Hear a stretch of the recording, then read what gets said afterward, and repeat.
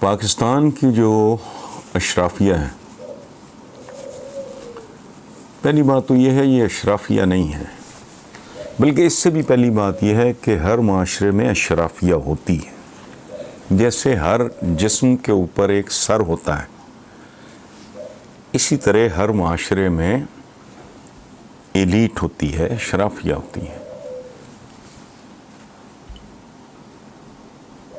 دنیا کا کوئی سماج اشرافیہ کے بغیر نہیں ہوتا، اور اشرافیہ وہ ہوتی ہے جو گائیڈ کرتی ہے، کنٹرول کرتی ہے، بہتری کی طرف لے کے جاتی ہے۔ جیسے اگر آپ کا دماغ ٹھیک کام کر رہا ہے تو وہ پورے جسم کو، اس کے بیہیویئر کو وہ مانیٹر کرتا ہے۔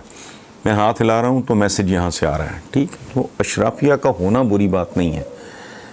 پاکستان کا پرابلم ہے کہ اس کے حصے میں گھٹیا ترین بدماشیاں آئی جس کو اشرافیہ کہا جانے لگا۔ ان میں سے بے شمار خاندانوں کے، اب میں ان کا ذکر نہیں کرتا، ضرورت پڑ گئی تو کر بھی دوں گا، چمچوں کڑچھوں کی طرح، درباریوں کی طرح خطاب کرتے تھے یہ ملکہ کو اور وائس رائے کو۔ یہ وہ چمچے کڑچے ہیں۔ یہ کیسے معرض وجود میں آئے؟ جب 1857 کی جنگ آزادی، جس کو انگریز غدر کہتا ہے، میوٹنی، اس کے بعد جن لوگوں نے اس میں حصہ لیا تھا ان کی تو انہوں نے نسلیں ختم کر دیں۔ جن لوگوں نے ان کو مین پاور دی، پیسہ دیا، مخبریاں کی، ان لوگوں کو انگریزوں نے بہت بری طرح نوازا اور ان کو چودراہٹیں دیں، فن خانیاں دیں۔ پاکستان کی بے شمار فیملیز آج بھی وہ ہیں جو ان کے پروردہ تھے، جنہوں نے اپنے ہم وطنوں کے ساتھ غداری کی، انگریز کو ہر طریقے سے فیسیلیٹیٹ کیا، ہیلپ کیا، تاکہ 1857 کی جنگ آزادی میں انگریز ہار نہ جائے۔ یہ وہ اشرافیہ۔ اچھا، اب پاکستان بنتا ہے، ہوتا کیا ہے؟ یہ بدماشیہ جو ہے یہ پاکستان کے عوام کے لیے تعلیم کو تقریباً حرام سمجھتی ہے۔ بے شمار جگہ یہ مثالیں ہیں کہ فلاں جاگیردار نے، فلاں زمیندار نے، اور فلانا امیر فلاں اور یہ اور وہ، انہوں نے اپنے علاقوں میں اسکول نہیں بننے دیے، یہ وہ۔ اچھا، انہوں نے تعلیم کو یہ سوچ کے عام نہیں ہونے دیا کہ اگر عوام پڑھ لکھ گئے تو ان میں اچھائی اور برائی کی، بدی اور نیکی کی، جائز اور ناجائز کی، صحیح اور غلط کی تمیز پیدا ہو جائے گی۔ چونکہ علم ہی حرام اور حلال کی، دراصل علم ہی ہے جو تمیز دیتا ہے۔ انہوں نے یہ سازش کی، آبادی نہ ہونے کے برابر تھی، وقت کے ساتھ ساتھ ملک پہنچ گیا 22 کروڑ پہ۔ اب یہ نیم پاگل ہو گئے ہیں، اب یہ لوگوں سے پڑھے لکھے رویوں کی امید کرتے ہیں، ان کے پاس علم ہے ہی نہیں۔ ان کے لیے یہ ملک ان کے لیے جہنم بننے جا رہا ہے، یاد رکھنا۔ غریب آدمی کی تو زندگی کوئی نہیں، ماڑے کی کم۔ اچھا، وہ کہہ رہا ہے مثلا اب اس ملک کی اشرافیہ کو مصیبت پڑی ہوئی ہے کہ یار درخت لگاؤ، درخت نہ کاٹو۔ پھر بندہ پوچھے تم بھونکتے رہو، تم نے تو مجھے یہ شعور دیا ہی نہیں کہ درخت ہوتا کیا ہے۔ میرے لیے تو درخت سوائے بالن کے، ایندھن کے علاوہ ہے ہی کچھ نہیں۔ اچھا، ایک بات ہو گئی۔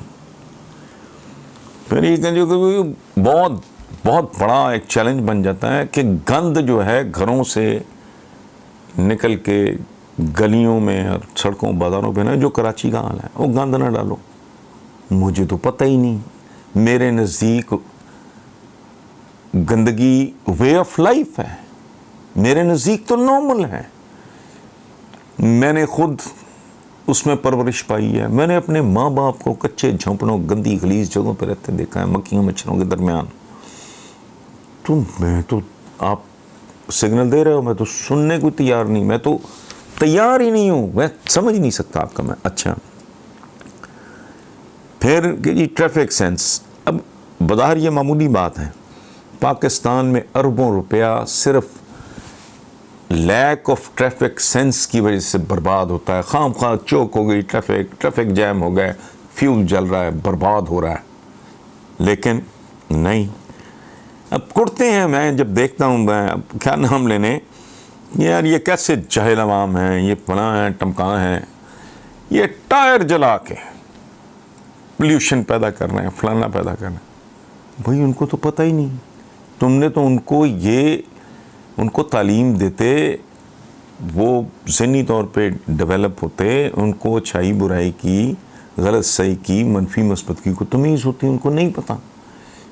وہ اگر جاہلوں کی طرح ٹائر جلا رہے ہیں, اپنی بچوں کی زندگیاں مشکل کر رہے ہیں, یا سرکاری املاک کو آگ لگا رہے ہیں, یا کچھ کر رہے ہیں احتجاجوں کے دوران رہ گئے. اچھا اسی طرح پانی ہے, پاکستان کا اتنا بڑا کرائسس ہے.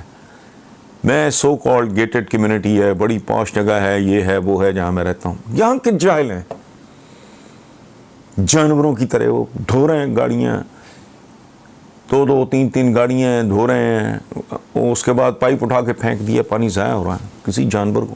حتیٰ کہ مالکان, وہ تو بیچارہ ڈرائیور ہے جو سو کالڈ, اس کو بھی کوئی تمیز نہیں ہے کہ وہ اپنے ملازموں کو سمجھائے کہ بڑی قیمتی ہماری نسلوں کی یہ ہمارے پاس امانت ہے, اس کی حفاظت کرنی ہے, بند کرو پانی کو ٹھیک طرح, کوئی پرواہ نہیں ہے. خوبصورت یہ سزائیں ملیں گی اس ملک کی بدماشیہ کو, ان باتوں کی سزائیں ملیں گی. اب آئیں آخری بات کی. بچپن سے میں بوڑھا ہو گیا سنتے ہوئے, I was a school going could, 5th 6th class سے میں سن رہا ہوں, کم بچے خوشحال گھرانہ, یہ نعرہ ہوتا تھا. پھر بچے دو ہی اچھے, وہی اس طرح کا سلسلے چلتے رہے. لیکن بچے پیدا کرنے کی مشینیں اپنا کام کیے جا رہی ہیں. وجہ کیا ہے؟ جہالت کی وجہ سے وہ جانتے ہی نہیں کہ اس میسج کا مطلب کیا ہے. اچھا چونکہ ان کو پتہ ہی کچھ نہیں, اس لیے وہ ایک خاص طرح کے لوگوں کی یہ فضول سی بات سن لیتے ہیں کہ جو بچہ پیدا ہوتا ہے, یہ ٹپیکل ایک گھٹیا درجے کی ایک دانش ہے. یہ فی زمانہ یہ نہیں کہ جو بچہ پیدا اس کا منہ ایک ہے, کمانے والے ہاتھ دو ہیں. بندہ پوچھے ہوئے کچھ شرم کرو, یہ 2 ہاتھ بچے کے 22 سال تک 24 سال تک انویسٹمنٹ مانگتے ہیں. بچہ او لیول اے لیول آگے چل 22-23 سال کی عمر میں وہ کہیں یہ سوچنے کے قابل ہوتا ہے کہ میں اپنے پیروں میں, تب تک یہ 2 ہاتھ انویسٹمنٹ. ادروائز کیا کرنا ہے, چل چھوٹے ہیں, موڈا ہوٹلوں پہ کام کر رہے ہیں, اینٹوں کے بھٹوں پہ کام کر رہے ہیں. اگر یہی تم نے نیم انسان ٹائپ بنانے ہیں تو وہ کرتے رہو. سو چائلڈ پروڈکشن کی فیکٹریاں چلتی رہیں. کسی نے نہیں سوچا کہ ایسا نہیں ہو. اور میں آپ کو بتاؤں, ہمارے دین کے بارے میں نے شاید پہلے بھی عرض کیا ہوں, علی شریعتی صاحب نے کمال کا جملہ ہے کہ changing rules for the changing needs, unchanging rules for the unchanging needs. یہ ہے ہمارے دین کا حسن. اچھا قرآنک وزڈم بھی ہمیں یہ بتاتی ہے کہ مومن کی ایک پہچان یہ ہے کہ وہ اپنے عصر کے ساتھ ہم آہنگ ہوتا ہے, یعنی جس حد میں وہ زندہ ہوتا ہے اس کے تقاضوں کو سمجھتا ہے. سو موٹی بات, باٹم لائن, کہ اس ملک کے عوام کو جاہل رکھنے کے نتیجے میں یہ ملک اشرافیہ کے لیے جہنم بننے جا رہا ہے.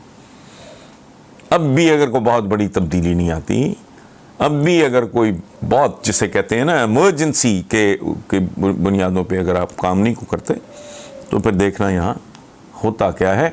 ابھی ریسنٹلی ورلڈ بینک نے کہا ہے, ورلڈ بینک نے کیا, ان کے کنٹری ڈائریکٹر نے کہا ہے کہ پاکستان میں آبادی کا تناسب, پاکستان میں آبادی کا تناسب, اس کی جو اس کا جو اقتصادی گروتھ ریٹ ہے اس سے 2 گنا ہے. اس کا کیا مطلب ہے؟ یہ میں پھر بچپن میں چلا جاتا ہوں، ایک گانا ہوتا تھا، آمدنی 98 خرچہ روپیہ. مطلب یہ ہے کہ جتنی آمدنی ہے اس سے 2 گنا خرچہ، تو بیڑا غرق ہی ہونا ہے ایسے بندے کا. یہ اس زمانے کی میں بات کر رہا ہوں جب 100 پیسے نہیں ہوتے تھے روپے میں، 16 آنے ہوتے تھے، تو 8 آنے کی ایک اٹھنی ہوتی تھی. بہرحال تو جس ملک کی آبادی کا تناسب اس ملک کی اکنامک جو اس کی گروتھ ہے اس سے دگنا ہو، تو تم دگنی ترقی بھی کر لو گے تو کون سی توپ چلا لو گے.